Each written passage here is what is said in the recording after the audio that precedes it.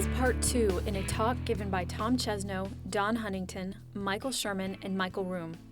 They spoke to a group of Persian Farsi students here at DLIFLC in early 2019. You don't have to listen to part 1 to understand the stories they're about to tell in part 2, but they had some interesting things to say about getting into the military and how DLI has changed since then. It'll give you some good insight into their personalities and what shaped them.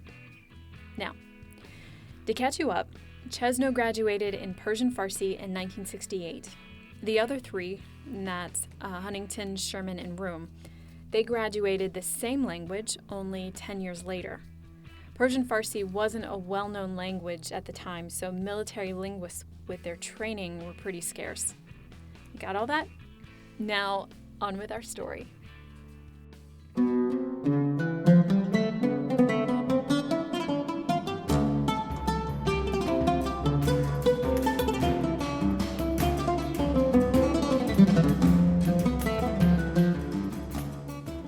This February was the 40th anniversary of the Shah being toppled in Iran. 2,500 years of monarchy ended in 1979. The Iranian Revolution had started the year before, right when Huntington, Room, and Sherman were at DLI-FLC. A year later, near the end of 1979, just a few weeks after the 3 airmen arrived at Fort Meade to work under Chesno, things got pretty crazy. They really had nothing for us to do at the time. And so they had all this backlog of really old, unimportant stuff they didn't care about. But then things blew up, and soon after, we got there in September, and all hell broke loose in October. Some 60 Americans are now beginning their 6th day of captivity inside the U.S. Embassy in Tehran. 2 days earlier, several hundred young people, mainly students at Tehran University, had taken over the embassy. We are not occupiers, they said. We have thrown out the occupiers. But instead of chasing all the Americans out of the compound, the Iranians imprisoned them in a building somewhere on these grounds. They have been hostages ever since. At the beginning of November 1979, revolutionary students in Iran overran the American embassy in Tehran and took 66 U.S. citizens as hostages. It ended up lasting 444 days, the longest hostage situation in U.S. history. Here's Chesno explaining things from his point of view. I was the sole Persian linguist. We had picked up over 7 or 8 years, we had picked up a couple more Persian linguists, but certainly not enough Persian linguists to cover 24 hours a day, 7 days a week. We wanted to get closer to Iran, perhaps so that we could hear more of what was going on inside of Iran. So the Navy decided it was decided that the Navy would put a ship into the Persian Gulf. We had a ship called the LaSalle that the Navy owned. The LaSalle is the only all-white ship in the U.S. Navy. We decided that the LaSalle would go up the Gulf and see what she could hear and what she could find. I was called in by a Navy captain, my boss, and he said, I want a Navy person, a Navy lingie on that boat. I want to hear what's going on, so go and get a Navy Persian linguist. At that time, the U.S. Navy had no billets for Persian linguists. No one in the Navy at that time was a Persian linguist. Had to go back in, and you don't want to tell a Navy captain no, but in this case I had to say, sir, your Navy doesn't have anyone that we can send. He said, get someone trained immediately, but until that time, find somebody to go ride, he probably said the damn boat or something like that. I had to go back out, face again young troops, and tell them that since the Navy didn't have any linguists, and these guys, faithful to the end, they said, what do you mean we have to go? They said, the Navy has a linguist, he was in class with us, and they ratted him out. There was a Navy linguist that had been in their class. As he finished his course here at Monterey, they called him in to give him orders, and they said, we're sorry, we made a mistake, there was something wrong in the system. The Navy has no slots for Persian billets. To make that up to you, if you will extend in the Navy by a year, we will give you another year of school, pick your language. The gentleman picked French, and he was here taking French while the Navy was looking for, trying to come up with a linguist. These guys were very helpful to the Navy by telling them that. But it was going to take us a year to recover from that. So what we did is we thought, well, any job that the Navy can do, the Air Force can do. I'm not so sure of that. But we took one of our airmen. One of the gentlemen here was the first to raise his hand to say, I'll go out. We told him that he would be home in 3 to 6 weeks, no more than that. We placed him on board the LaSalle, and off and up into the Persian Gulf the LaSalle went. Michael Room was the gentleman that volunteered to go on that deployment. Here he is talking about his time with the Navy. We got the hostage thing. Friday night, we went to a party. We came back. One of the few nights we actually had February some time. 3rd. November 3rd. November 3rd. November 3rd. Oh, no, don't tell And that story. we'll only tell part of it. So 7 o'clock in the morning, Mike and I, slightly hungover, get a phone call that said, you guys have got to come into work. Something has happened. Mike and I went in, and then we were told the hostages were taken. And 4 days later, I was on an airplane for the Persian Gulf. I didn't realize it was that soon. Yeah, it was like Tuesday. This was Saturday and Tuesday I left. Tom asked me if I would go, and it was going to be a 30 to 60 day TDY. And there were some facts he got wrong. I was out there 238 straight days. Yep, you heard that right. 238 straight days on a ship in the Persian Gulf.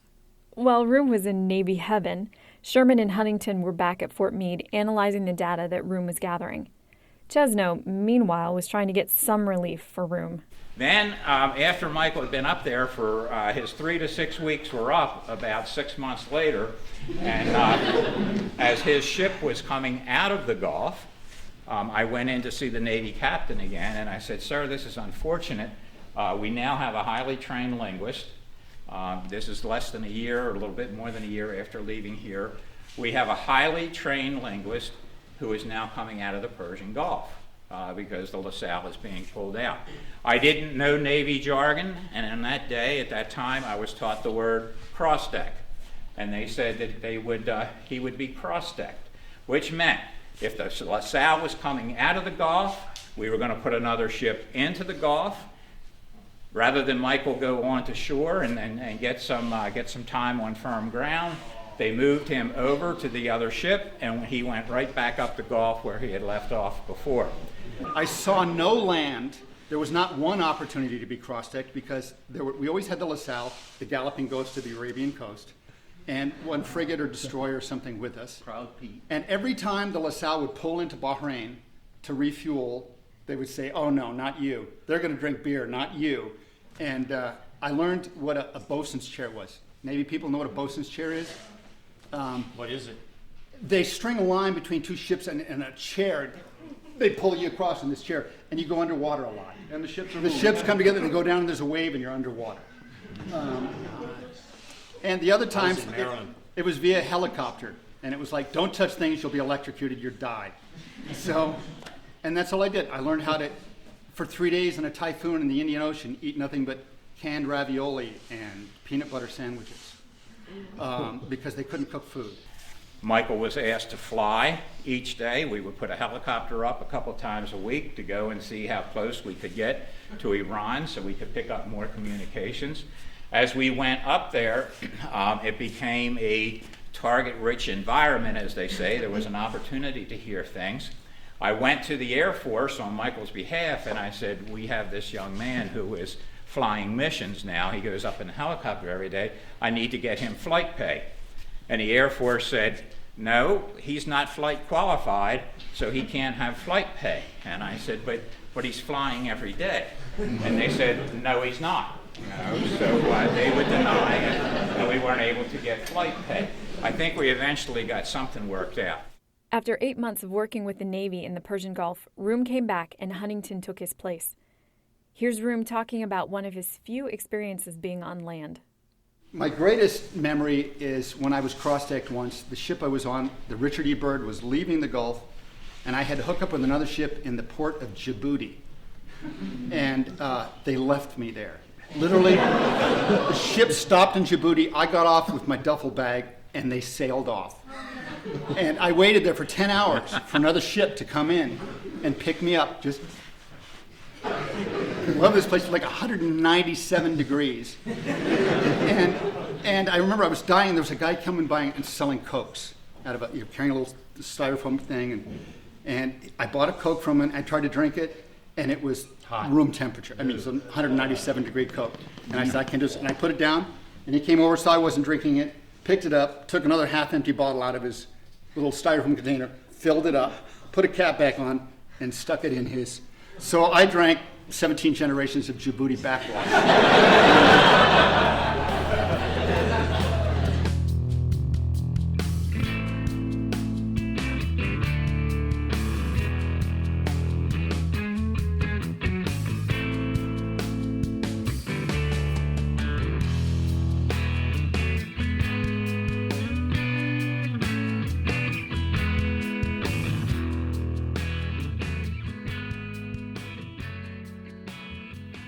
After their 4 years in the military, Sherman and Huntington went back to their civilian lives. Room, though, he took a different path. It was very good for me because I think, unlike most of the Persian linguists who had ever come before us, I actually got to use the language and use it and learn it effectively, so that I was actually pretty good at it. We all were, much to our own surprise. And sufficient to the point that when I was getting out of the Air Force, I got this mysterious phone call about 4 months before I got out, and they just said, "Hey, would you like to go to Afghanistan?" I was 22 years old. I was like, "Sure, I've been to the Persian Gulf. How much worse can it be?" And I found out exactly how much worse it could be. And I got out of the Air Force on a Saturday and showed up at NSA on Monday, and 7 weeks later I was in Kabul, Afghanistan. And this was a year and a half after the Russians had invaded. And so there was, a little bit of a conflict going on there. And I spent 13 months there. And it started a long career of, unlike Tom, I spent almost my entire career overseas, first with NSA and then with somebody else. And of those 34 years, I retired 4 years ago. Of those 34 years that I spent with the government, I was in the United States for 2 of them. When I retired in 2014, I had not lived in the United States since 1992. And I had the opportunity to learn several more languages, and I got to visit other such garden spots as Somalia and Pakistan, Lebanon, Algeria, Tunisia, Kuwait, El Salvador. Every once in a while they would, and 27 months in that Eden known as Mosul, Iraq. So it was a good career, but it was here at DLI that started me off. Chesno continued his career as a linguist, and it took him to some interesting places. He was tasked with working with the special counsel to then-President Ronald Reagan when there was an investigation into the Iran-Contra affair in the mid-'80s. I think when I told you I had gone to work as an independent counsel for the president, the best thing that happened in all of that is sooner or later, if you work for the president, even as good a man as President Reagan was, you're going to make a mistake. And I made that mistake, and President Reagan let me know that I had done something that I shouldn't have done. And then he dressed you out. Once you have been dressed out it made the rest of my career wonderful, because once you've been dressed out by the President of the United States, the rest of your bosses don't mean anything. It's like, take your best shot, I've heard it from higher up the line.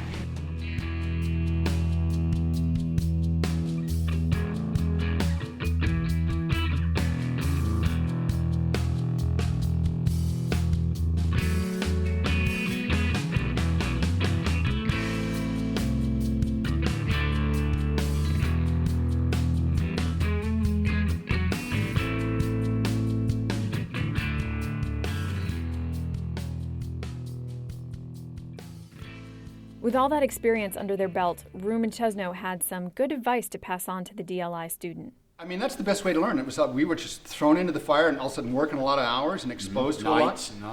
And we did have the advantage. We worked with some really good civilian linguists. Tom was one. Captain America was the other, which is our nickname for the guy we didn't like very much. And we learned a lot from sitting side saddle with them, but we could only they were too busy to really help us. It was to we had to learn it on our own. So it was learning a lot of new words every day. And what was our rule of thumb? You see the word 10 times until you finally remember it? Or was it 7 times, something like that? It was a lot. Until you have to stop looking it up in the dictionary. Right. They gave us a dictionary. You forgot about that part. Yeah, they gave us a They gave us a dictionary. dictionary. Terrible, the world's worst dictionary. This little Haim that's it's got 7 words in it. I It mean, was in this funny script-like thing. and it was handed down. Each one we had had been through like 4 generations of linguists and little penciled notes in it. And I've still got mine. I stole it when I left. But anyway, yeah, it was. One of the things I've always said about language is the first thing to do is throw away your flashcards. Absolutely, get rid of them. Get rid of this one-to-one translation of a word in your head. Learn concepts. Don't learn words. As soon as you start translating in your head, you're 3 words behind the guy you're trying to do. You'll never do it. Think concepts. And so that was one of the best things we ever did. You learned sentences. You learned ideas. You didn't learn words. Your training will never, never stop.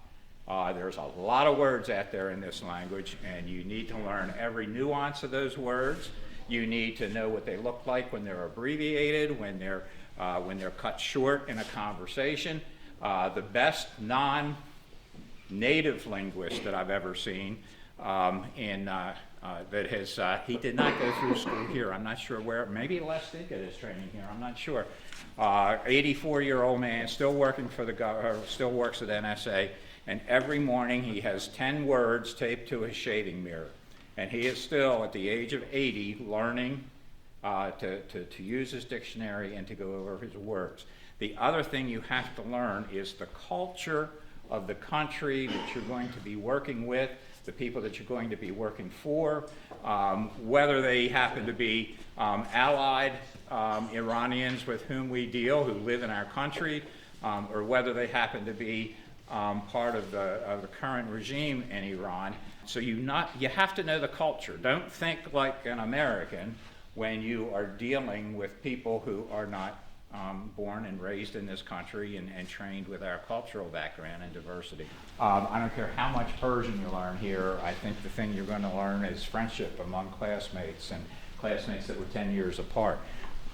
We picked up, we hadn't seen each other, some of us, for 20 years, and first time at the airport the other day when we all got in, we picked up where we left off 20 years ago. So it's just been wonderful.